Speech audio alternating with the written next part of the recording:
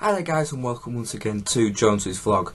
So, looking back to yesterday's 2-1 victory away at Yeovil, it was certainly an entertaining game, and that was just because of the weather really. It certainly wasn't easy conditions to play in, put it that way. I mean, the fact the game went ahead at all, credit has to go to Yeovil and their ground staff. And all volunteers and people that had helped out to get the game ahead. I believe some Leeds fans helped get the covers off that morning as well. So, a lot of credit goes to the people that actually managed to get that game on. But, I mean, the wind was just, in that first half it was almost looking impossible with, both teams clearly struggling. It was very much just a long ball kind of game, really. Trying to get advantage from playing long balls and hoping defence would make mistakes, and that's ultimately what ended up happening. So, like I said, I mean, first half, we can only look at the weather, to a certain extent. I mean, first half really, when we look at it, we were pretty poor. In particular for me, I thought Luke Murphy was really quite well, not good at all really. I thought his passing was atrocious. Some of the decisions that he made were just the wrong ones. I mean, sort of easy passes, and he was going for the wrong pass, putting way too much weight on the ball. Completely misjudging the wind. Which like I say, it is difficult, but a player that's cost us £1 million should be able to judge that a little bit better. I thought Alex Mowat just couldn't get into the game at all. I know he's still young. He's got a lot to learn in the game, and yesterday's game just didn't suit him at all, really. And just all around, I mean, defence was all over the place. I mean, I know Yeovil had the wind with them, and they certainly made it their advantage at times. Maybe not as much as their manager would have hoped, and I think luckily for us they didn't sort of test us out as much as what they could have done. Their goal was a pretty normal corner and just a good header from Miller. I mean, we certainly had our own chances as well. I mean, McCormack had quite a few in that first half. I mean, that chip, for example. I was certain that was going to go into the net, but I mean, he completely misjudged that one, and he had a few more long range efforts, and it was more Yeovil's half, definitely. Like I say, I thought we were. I know I could see why they were constantly playing the long balls, up the field. It was just waiting for that wind to sort of come into effect and really confuse their defenders, but it didn't really work out like that. So going into half time 1-0 down wasn't too bad. I mean, obviously it could have been a lot worse with that penalty, and I'm not really sure why Byram lunged in like he did. It was a silly penalty to give away, but very poor from Miller. I mean, it was. Under those circumstances with that wind behind you, you didn't really have to do too much. I think the Leeds fans definitely did their best to put him off behind the goal. That was fantastic to see. So, like I say, it could have been a hell of a lot worse. I'm sure Gary Johnson will have had a few words with Miller after that penalty. So, like I say, going into the break 1-0 down, knowing that we would have the wind in our favour in the second half, was feeling fairly good, but I don't think any of us expected us to get back in the game so quickly, under the circumstances that we did. I mean, it was a silly kick from their keeper. I mean, he obviously hadn't thought it through properly, but very quick thinking from McCormack. Controlled it well, clearly set his sights on goal very early, and unleashed an unstoppable shot. Yes, with a slight deflection, but it was still a cracking shot anyway. And just what we needed so early in that second half to get back in the game. McDermott had brought Matt Smith on for Mowat, and it was definitely the right decision there. I think we were crying out to have Matt Smith on under these conditions. Just to have that big guy up front. something to cause a few problems for the Yeovil defence. And just as a lot of us have thought, we really did come into the game in that second half, and we took our advantage of the wind being with us. Yeovil still stuck with it a little bit and created a few problems for us, but we were pretty much on top for the majority of that second half. Obviously, a lot of fortune in the second goal, but again, it was clever from Warnock. He knew. I'm not saying that he meant that to happen, but he knew by putting that ball into the box in that way, all it needed was a flick on by someone or a fumble by the goalkeeper, and it would cause that problem. And it was a perfect free kick, really, and that celebration from him afterwards just said it all. Really, it was fantastic. So, and again, we had plenty more opportunities. I mean, Kebe, bless him.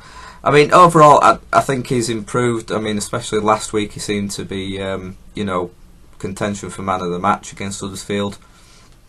And his overall gameplay was slightly better yesterday, but he didn't pack his shooting boots, did he? There was some, dearie me, he really should have scored at least one yesterday. Cameron Stewart, if he would have released the ball a bit earlier at one point to Kebe, you'd have hoped they'd have scored there. McCormack had a few chances, so it could have been a bit more emphatic than what it was, and it would have been a bit easier to watch as well, not looking like we were clinging on in the last minutes with those few Yeovil corners. So, I mean, overall, it was one of those games where we should have just been happy with the 3 points. In conditions like that and the way the game was, it didn't really matter too much about the performance. It was just about getting a big 3 points.